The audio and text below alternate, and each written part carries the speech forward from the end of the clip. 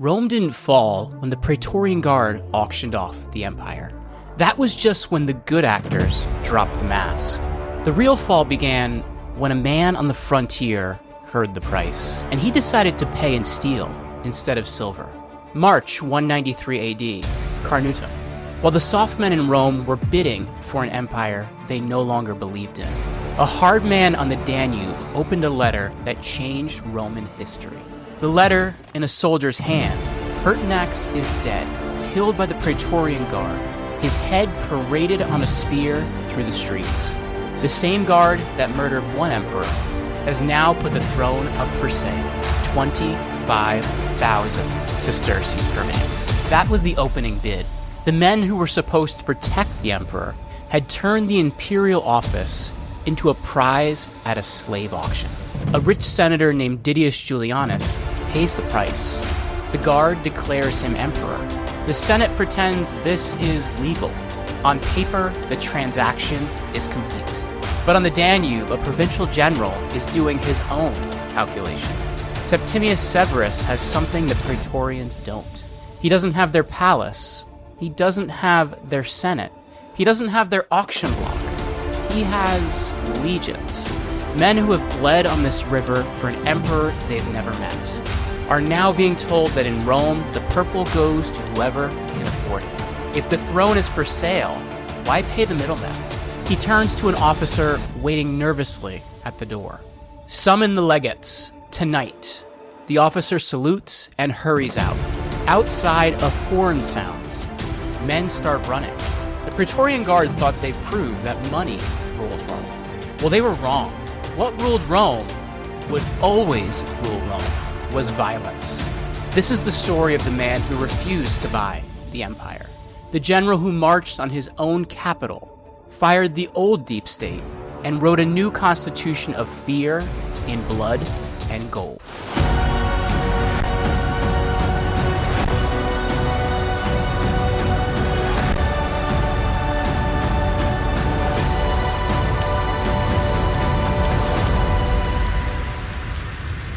Welcome back to The Roman Pattern.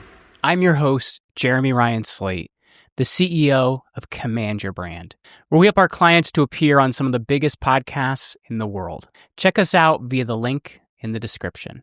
Reminder to like this video, leave us a comment, and smash that subscribe button if you want more of The Roman Pattern. And now, our story. The horn blasts from Carnuntum are still echoing over the Danube when we pick the story back up. The legions are moving. Iron-shod sandals hammer the frozen road. Shields clatter in rhythm, and 10,000 men who were supposed to die anonymously on barbarian frontiers are now marching toward the one city they were never meant to threaten, Rome. For years, news from the capital has reached them in distorted fragments. Commodus playing gladiator while the frontiers burn, senators scheming, prefects enriching themselves. Then suddenly a decent emperor, Pertinax, trying to clean house, and the guard cutting him down in his own palace. Now the final insult, the guard holding an auction over his corpse. In the barracks on the Danube, the story spreads like a plague. They sold it, the men say around campfires. The empire like a horse. Every retelling makes it worse. The bid goes higher. The contempt grows sharper. By the time Severus gives the order to march, one thing is clear in every soldier's mind. If Rome is a marketplace, they are going to be the ones setting the prices. Severus understands this perfectly. His power isn't just in their swords.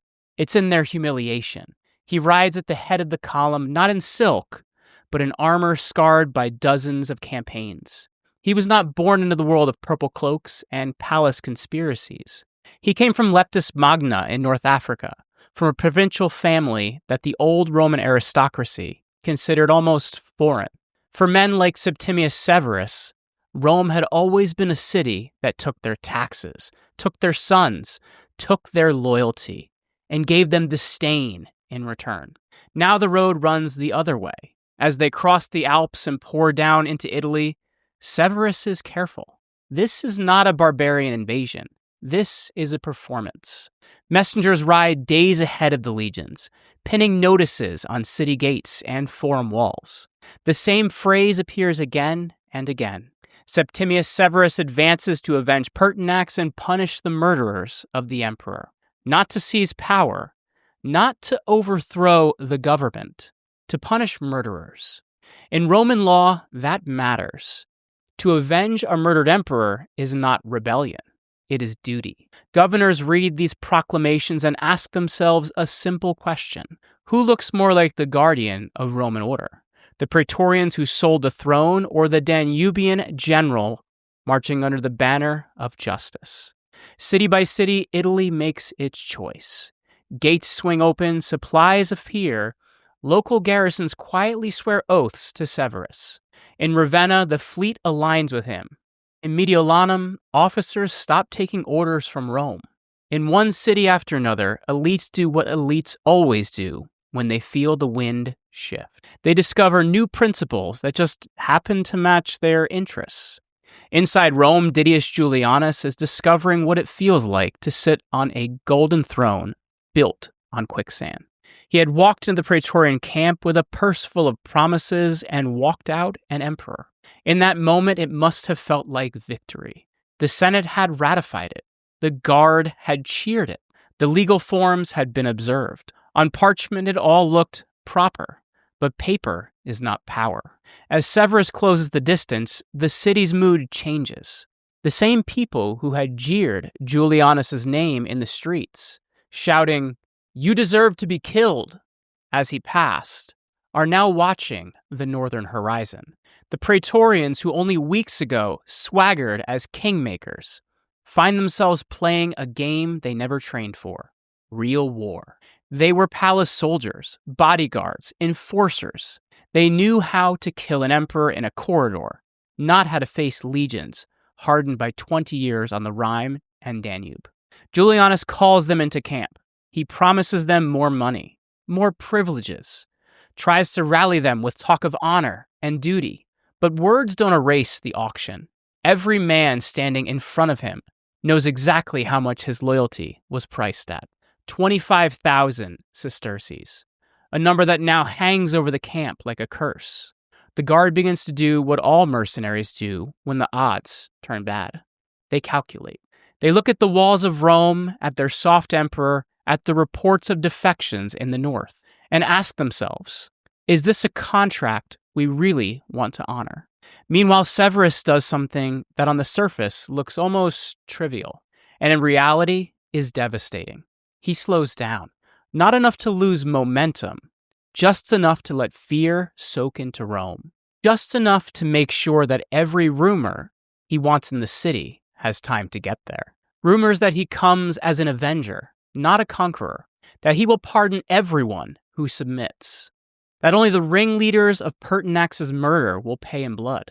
Julianus, desperate, sends envoys north, offers to make Severus co-emperor, offers to adopt him as his son, to share the throne he barely has time to warm. Severus treats the envoys with perfect courtesy, then sends them back with answers that always say the same thing in different words. There is nothing to negotiate. The crime has been committed. The punishment is coming. By the time his vanguard reaches the outskirts of Rome, the city has already chosen its future. Not at the ballot box, in the Senate. The same Senate that had legally recognized Julianus now watches Severus's approach and decides, like the provincial governors, to discover new principles. They meet in panic, not dignity. They hear reports of the Guard's shaken morale, of the cities welcoming Severus in the north, legions marching with religious conviction. And then, in a single session, centuries of republican theory and imperial pretense are stripped bare. The senators declare Didius Julianus a public enemy. They vote his death. They recognize Severus as emperor. In one breath, the man who bought the empire is condemned, and the man who refused to buy it is crowned, without having to step inside the city. Power, once again, has moved, not because of law, because of fear. Julianus is dragged through the same palace halls where Pertinax bled to death. He is executed inside the building he tried to purchase. There is something grimly tidy about it. The buyer never takes delivery of the merchandise. Severus rides through the gates not as a usurper, but as a savior. That is how the story is written, at least. He orders his men to hold outside the city walls. He enters with a small guard in armor, but unhelmeted, presenting himself as the avenger of the murdered emperor, the restorer of order. Crowds line the streets, some cheer, some watch in sullen silence, all of them calculating who this man is and how he will rule. At the Forum, the Senate in their white togas meet the African general they have just made emperor. Men whose families have ruled Rome for centuries now bow to a provincial outsider who commands the love of soldiers and the fear of the guard. It is the old republic bowing one more time to the reality it has been pretending not to see for generations. Severus stands before them and speaks the language they understand best: stability. He praises Pertinax, condemns excesses of Commodus, offers forgiveness to the city. He promises to feed the people, respect the laws, bring peace to the frontiers. The senators exhale in relief, but there is one audience in Rome that cannot relax: the Praetorian Guard. They huddle in their fortified camp, staring at the city they once controlled completely, listening to the distant roar of crowds greeting a new emperor they did not choose. And then, one morning, word comes. The emperor commands them to assemble unarmed in the Campus Martius, in full dress but without swords, without armor, in just their white tunics and cloaks. A strange order, but not unprecedented. Maybe some say he is going to parade them, reaffirm their honor, cleanse the stain of Pertinax. They obey because that is what soldiers do, right up until the world ends. They march out of their camp one last time, through the same gates they had slammed shut to an emperor begging for mercy. They file into the field where Rome had trained her armies in the days of the Republic. Waiting for them, ringed in iron, are Severus's Danubian troops, not in tunics, but in battle dress. Shields locked, spears grounded, helmets glinting in the Roman sun. The Praetorians realize too late that they have been invited to their own funeral. Severus rides where every man can see him. He does not shout, he does not rant. He speaks with the cold precision of a man who knew this day was coming from the moment he opened the letter at Corinthum. Men of the guard, he says, you killed your emperor. You sold his office to the highest bidder. You broke every oath you swore to Rome, and you thought there would be no bill to pay. He lets the silence hang between those words, then does something brilliant. He separates the crime from the institution. The Roman people need guardians. The emperor needs protectors. The Praetorian Guard will continue. A murmur of relief ripples through the ranks. Some of you, he continues, will not. He orders the ringleaders of Pertinax's murder forward. Names they thought were forgotten are spoken with terrifying clarity. Men are dragged out of the lines, pleading, swearing, claiming innocence. No one believes them. Not anymore. In full view of their comrades, they are executed. One after another, the men who turned the palace into a blood-soaked auction house are paid back in the only coin Severus truly believes in. Then, with the bodies still cooling in the dust, Severus delivers the real sentence. You are dismissed, he tells the rest. You will leave Rome. You will not return within 100 miles of this city. You will live out your days as civilians far from the empire you betrayed. Disbanded, stripped of status, sent away from the center of power they thought they owned. The Praetorian Guard, as it had existed for generations, is dead. But the office is not. In the weeks that follow, Severus does something subtle and devastating. He refills the guard with his own men. Not soft city boys, not ambitious Italian nobles, Danubian veterans, Africans, Illyrians, soldiers who have eaten the same mud as he has, who see the Senate as a necessary decoration, not as a source of authority. On the surface, Rome still has a Praetorian Guard. In reality, Rome has something new. An imperial bodyguard that is less a palace deep state and more an extension of one general's arm. You can almost hear the pattern clicking into place. Severus hasn't destroyed the hidden power of Rome. He's nationalized it. From this point on, the question is no longer, who will control the guard? The question is, which general will use the guard to control everyone else? At the same time, he moves against the other old pillar of the system, the Senate. He doesn't abolish it. That would be too honest. Instead, he does something more Roman. He humiliates it. He fills its ranks with his own men. He promotes soldiers and provincial elites into senatorial robes. He keeps the old aristocrats sitting on their curule chairs, but every year, their dignity matters a little less. They still pass decrees, still debate in marble halls, still write beautifully about liberty and tradition. But they know, and the empire knows, that the only words that really matter are the ones spoken in the army camps. Severus himself is not coy about this. On his deathbed after years of successful campaigns, after securing the borders and enriching the state, he turns to his sons and gives them what might be the most honest political advice any Roman emperor has ever spoken. Be harmonious, he says, enrich the soldiers, and despise all others. In one sentence, he seized the new constitution of the Roman Empire. Harmony at the top to prevent civil war, money for the men with swords to secure their loyalty, and contempt for everyone else.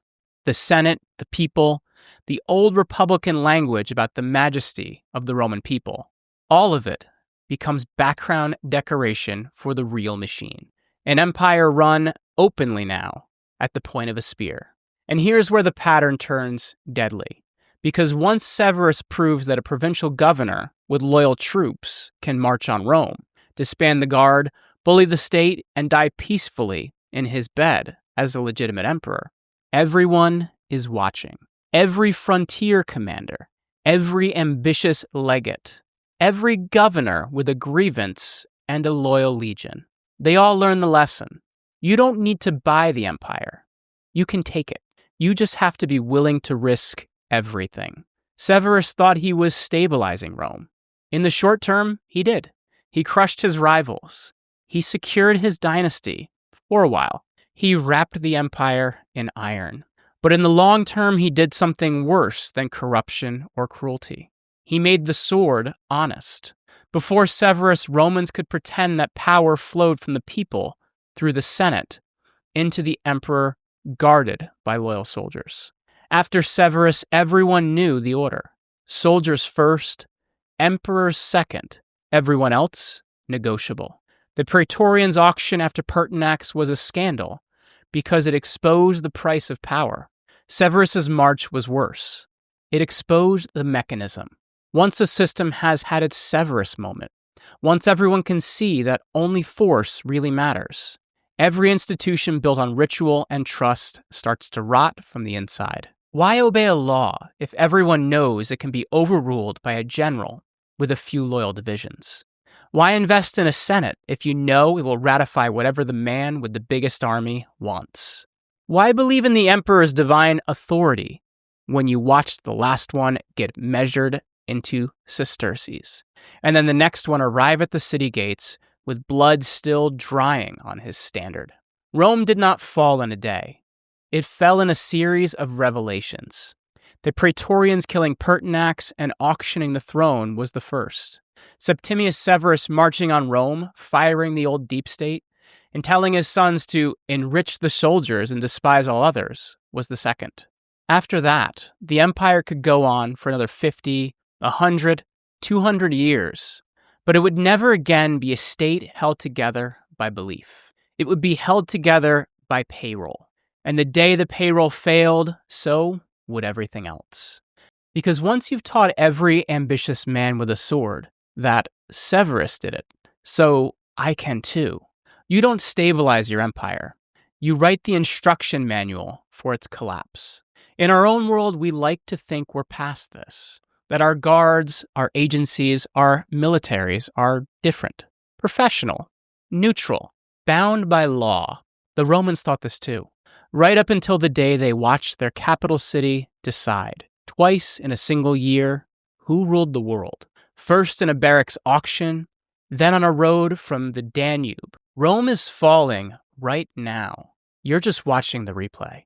And if you want to know where your empire is on the timeline, you don't have to start with the man on the throne. You have to start with the men who guard the palace doors and the generals counting distances on a map. This has been the Roman Pattern. I'm Jeremy Ryan Slate.